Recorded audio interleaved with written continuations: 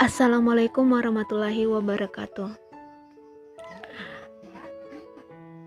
Lanjut cerita ya. Iya, setiap harinya aktivitasku seperti itu.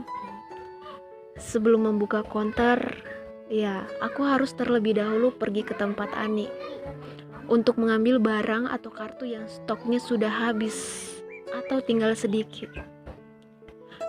Baru setelah itu aku putar balik lagi ke tempatku. Setiap harinya seperti itu, karena cabang itu baru buka. Jadinya masih sedikit customer yang tahu tempat tersebut. Jadinya aku seorang diri yang masuknya mulai jam 9 pagi, pulang jam 10 malam. Konter baru tersebut yang dibuka sama Kak Rian cukup strategis. Tempatnya berhadapan langsung dengan kantor Samsat. Keluhan aku berikutnya ialah dimana ketika aku ingin buang air kecil atau besar itu harus numpang dulu sama keluarga Kak Rian ini. Katanya sih tantenya. Tapi aku pernah coba masuk ke rumah tersebut dengan izin mau buang air kecil. Yang ada pembantunya mungkin. Pas masuk berikutnya lagi, aku mulai merasa tidak enak hati sama pemilik rumah. Bahkan aku sempat kena teguran sama tantenya bosku itu. Katanya aku seenaknya keluar masuk rumahnya. Mendengar itu jujur aku sangat sedih. Mau gimana lagi? So, aku orang yang punya penyakit gejala ginjal, yang dimana yang aku tahu orang yang mengidap gejala ginjal itu harus banyak-banyak minum air putih ya. Berlawanan dengan itu harus keluar masuk WC juga. Iya, aku kerja di tempat tersebut menderitanya di situ. Kerjanya santai, aku senang, tapi karena penyakitku itu loh. Tapi sebisa mungkin aku bisa mengendalikannya. Alhamdulillah, ternyata di kantor Samsat tersebut ada masjid juga. Jadi dari segi ibadah pun aku tenang. Tentu jika sudah ada masjid, ada juga WC-nya dong.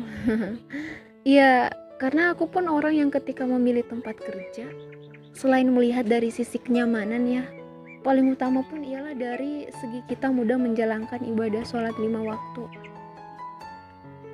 Oh iya, bos aku ini adalah seorang non-muslim, tapi dia cukup paham dan memahami orang muslim. Lanjut cerita. Oh iya, aku menceritakan keluhan-keluhan sedikit menderitanya aku tadi itu. Berharap semoga kalian yang mendengar cerita saya ini cukup bisa mengambil hikmah di dalamnya ya. Beberapa hari kemudian, karena makanku tak ditanggung, bensin pun tidak. Ya, mau gak mau, aku harus kasbon dulu ke bosku. Dan anehnya, kenapa ketika tiap ada penambahan stok barang, di situ aku kena tekor pada saat penghitungan barang ketika mau close. Mungkin karena aku ada kesalahan catat, pikirku, jadinya kadang menghitungnya aku ulang lagi untuk membuatku lebih yakin. Tapi tetap hasilnya sama, aku tekor. Dan jika sudah begitu, mau gak mau kita yang harus menanggung jawabnya dengan gaji dipotong. Ya Allah, padahal baru kasbon, udah kena tekor aja. Mau gimana lagi? Lagi-lagi aku cuma bisa pasrah waktu itu. Lanjut cerita. Karena aku orang yang tipe percaya ya, yang mudah percaya sama orang. Jadi sama bos pun begitu. Jadi pada saat penambahan stok itu, salahnya aku adalah aku langsung saja menulis tambahan stok sesuai di kertas yang ditulis sama bos aku waktu itu. Tidak menyesuaikan dulu dengan barang yang ada. Ya, itu karena yang seperti aku bilang tadi, aku mudah untuk percaya dengan orang.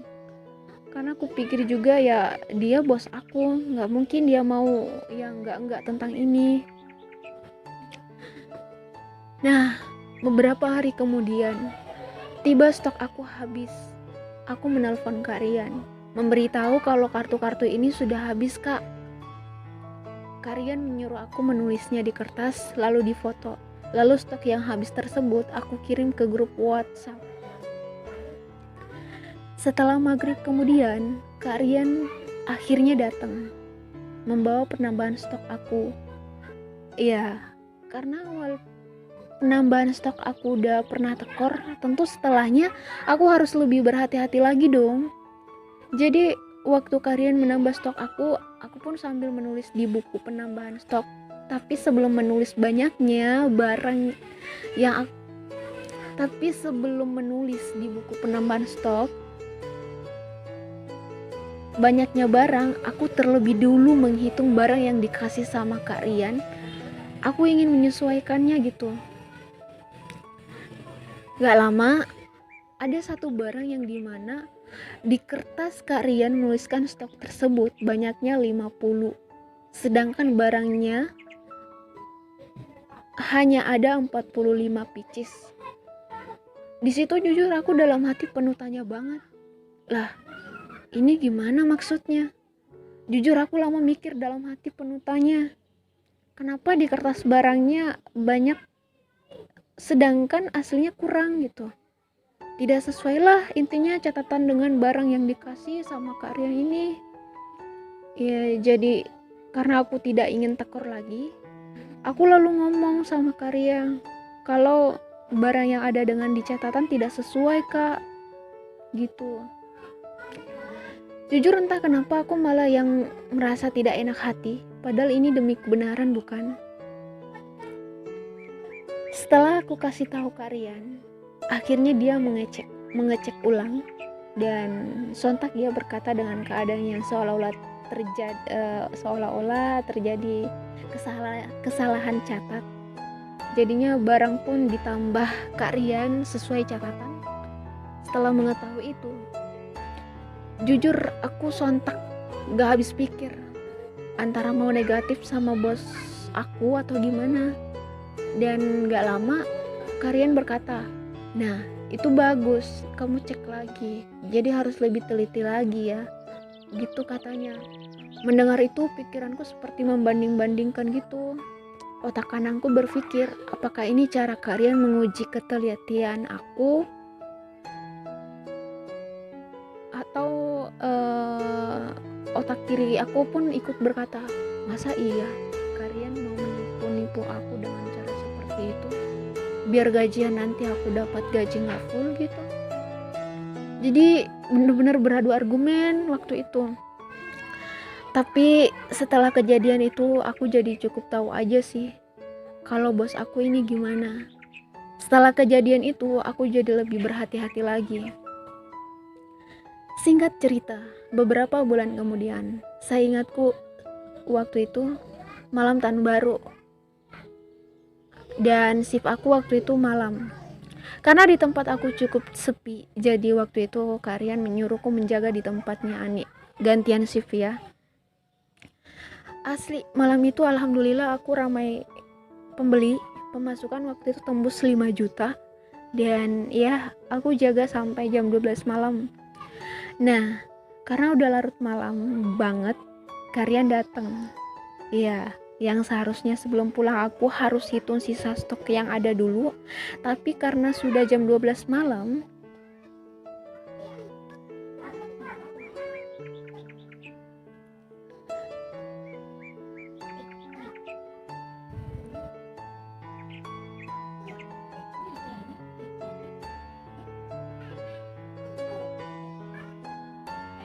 kata Kak Rian, gak apa-apa kamu pulang aja biar nanti saya yang close. Jujur mendengar itu aku gak enak hati lagi. Ya seperti kejadian kemarin. Setelah kejadian itu jujur aku sudah tidak mempercayai bosku. Tapi mau gimana lagi, sudah jauh malam juga. Mau tidak mau aku harus menyetujuinya.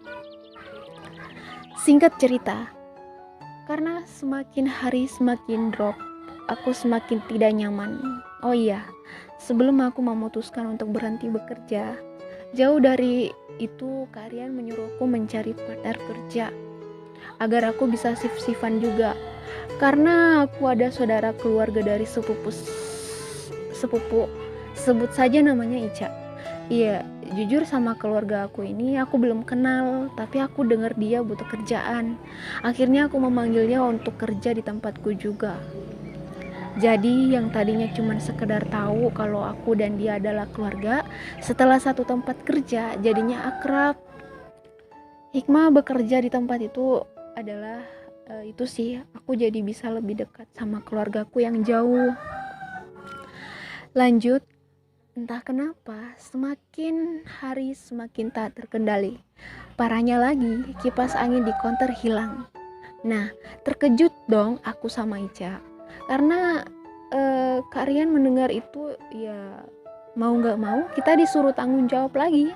Dengan gaji harus dipotong lagi. Dan kejadian kipas angin hilang itu sudah sangat dekat dengan keputusan aku yang ingin berhenti dari tempat tersebut. Beberapa hari kemudian, kurang lebih 5 hari ingin penerimaan gaji, aku memberitahu Kak Rian kalau aku ingin resign dengan alasan aku mau pulang ke Mamuju. Mendengar itu Kak Rian seperti tidak menerima. Kenapa? Karena setelah aku memberitahu keputusanku ingin berhenti, dia langsung berkata nanti dulu katanya. Dia ingin menghitung semua pembukuannya bulan ini. Ya, yang aku pernah bilang di awal sebelum memulai kerja dengan Karian, aku membawa ijazah asliku dan itu menjadi pegangan sama dia kan. Iya, waktu itu aku meminta ijazah asliku, tapi dia beralasan nanti setelah semua perhitungan bulan ini katanya. Katanya dia mau lihat ada berapa banyak tekoran aku. Dalam hati, ya Allah, dan lagi aku pasrah untuk itu. Mau gimana lagi? Tiba waktunya akhir bulan. Kalian akhirnya memberitahukan hasilnya. Sontak katanya aku tekor sebanyak 1.200.000. Mendengar itu, astagfirullah, kok bisa? Tentu aku menanyakan hal tersebut dan kalian tahu alasannya di mana? Kata Kak Rian, waktu malam tahun baru itu, yang dimana aku pulang larut malam, dan malam itu bukan aku yang close pembukaan, melainkan Kak Rian ini. Itu kata Kak Rian, di malam itu aku banyak tekornya. Ya Allah, mendengar itu aku seperti percaya gak percaya gitu. Seperti serasa dipermainkan. Padahal aku jujur, tapi kenapa mereka seperti semena-mena? Dan malamnya aku datang ke konter tempat Ani, dan sepertinya Ani pun sudah memutuskan untuk berhenti. Karena malam waktu aku datang untuk meminta ijazahku, yang ada malah karyawan baru lagi, 2 orang. Karena Kak Nisa pun teman shiftnya Ani sudah jauh hari berhenti. Iya, aku datang meminta baik-baik ijazahku. Apakah kalian tahu teman-teman? Karena tekorku sebanyak itu, mau tidak mau aku tidak mendapatkan gajiku sepeser pun. Ya Allah, benar-benar menderita. Makan gak makan, kadang malam pulang hujan kehujanan, benar-benar menderita. Dan tetap suami istri ini tidak ingin memberikan ijazah aku. Karena aku tekor sebanyak 1.200.000 ini. Ini aku ceritain ini kayak mau nangis lagi pada saat keingat masa itu.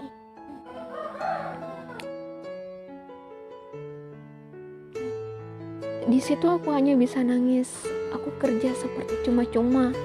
Bukannya mendapat gaji, aku malah harus membayar Aku malah harus membayar tekoran tersebut. Karena waktu itu aku tidak punya uang sepeser pun. Ya mau gak mau, aku ikhlaskan ijazahku tetap sama mereka. Untuk mengikhlaskannya pun, ya aku cuman berpikir bahwa dunia ini tak ada yang abadi. So, untuk menjadi orang sukses pun tidak harus dengan ijazah kan. Ya, disitulah aku mengikhlaskan ijazahku yang selama 3 tahun untuk mendapatkannya. Aku harus pulang pergi sekolah. Ya gimana lagi? Aku putuskan untuk berhenti baik-baik. Jujur di perjalanan pulang, aku masih sangat ingat Aku menangis sesedih-sedihnya. Di perjalanan itu aku hanya berkata dalam hati bahwa sedikit pun aku tidak ada mencuri, ya Allah. Aku sudah jujur, tapi kenapa bisa tekor sebanyak itu? Ya Allah, Engkau saksiku. Aku ingin melihat kebenaran ini. Jika aku yang benar, jika aku yang jujur tentang ini, cepat atau lambat, aku membuka usaha sendiri, ya Allah. Aku akan membuka usaha sendiri, ya Allah. Cepat atau lambat, Engkau yang membuka jalan untuk aku bisa membuka usaha sendiri. Tapi jika mereka yang salah, ya Allah, cepat atau lambat semua usahanya bangkrut. Hanya itu niatku waktu itu. Sangat merasa sedih, merasa disolimi. Tapi jika aku yang salah, ya Allah, perjalananku pulang ke kota Mamuju tidaklah selamat. Dan jika mereka yang benar, usahanya mereka akan sukses. Tapi sampai saat ini aku belum ada mendengar berita tentang mereka. Dan apakah kalian tahu, aku pulang ke Mamuju seorang diri, naik motor seorang diri. Dan untuk mengetahui letak jauhnya kota Makassar ke Mamuju, boleh kalian Google Maps ya.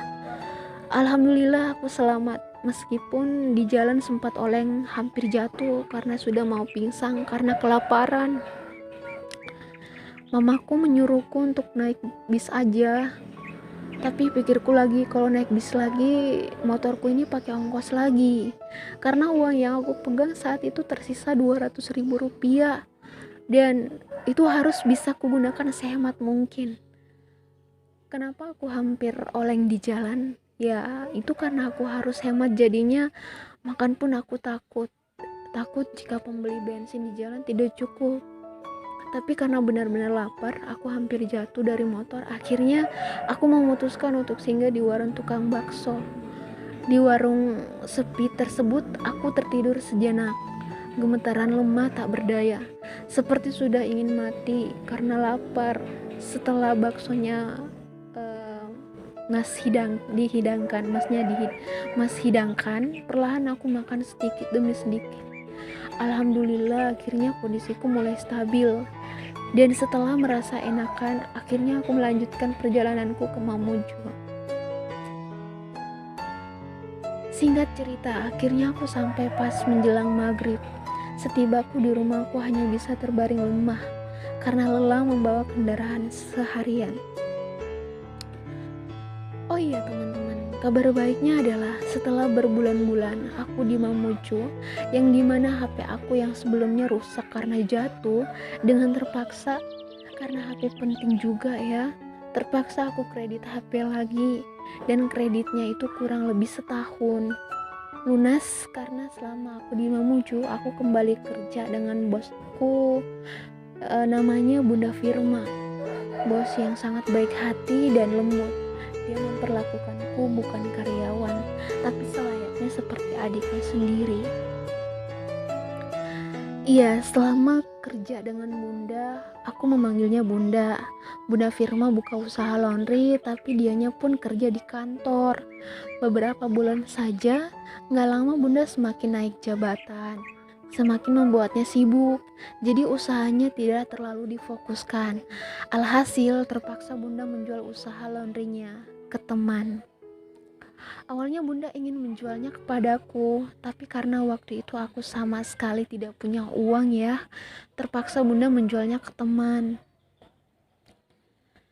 Kabar baiknya lagi, alhamdulillah teman-teman, Allah memberitahukan kebenarannya. Akhirnya aku membuka usaha laundry sendiri. Karena aku menguasai tata caranya, aku berpikir kenapa tidak untuk memulainya dulu, walau hanya kecil-kecilan saja dulu. Iya, melalui ceritaku dari A sampai Z tersebut teman-teman, alhamdulillah karena kehendak Allah akhirnya aku punya usaha sendiri. Dan alhamdulillah meskipun masih kecil-kecilan tapi lancar. Dan alhamdulillahnya lagi sudah berjalan sampai sekarang. Aku sudah begitu banyak pengalaman bekerja dengan orang, sudah sangat merasakan pahit manisnya hidup, dicaci, dimaki, dihina, direndahkan. Tapi percayalah teman-teman, jika kita sabar, Allah akan mengubah nasib kita itu menjadi lebih dari apa yang tidak pernah kita sangka. Alhamdulillah dengan pengalaman aku semua itu. Semoga jika Allah menunjuk aku untuk menjadi orang yang sukses, jika Allah menghendaki aku diberi orang untuk menghendaki aku diberi orang untuk membantuku mengurus usaha tersebut, aku tidak menganggapnya seperti karyawan, tapi lebih ke adik sendiri atau partner kerja. Dan satu lagi, aku merasa beruntung karena Allah menunjuk aku untuk merasakan pahit manisnya hidup. Itu berarti Allah sangat sayang sama aku, bukan? Itulah kisah cerita real kehidupan aku, teman-teman, pengalaman kerja. Semoga kalian yang mendengarkan ini bisa mengambil hikmahnya ya. Di sini aku share ceritaku ini bukan karena ingin dikata atau pamer atau apalah. Niatku semata-mata ingin agar kalian bisa lebih dan termotivasi lagi lebih sukses dari aku. Terima kasih untuk kalian yang sudah ingin mendengarkan cerita aku ini. Aku ucapkan banyak terima kasih banyak. Wassalamualaikum warahmatullahi wabarakatuh.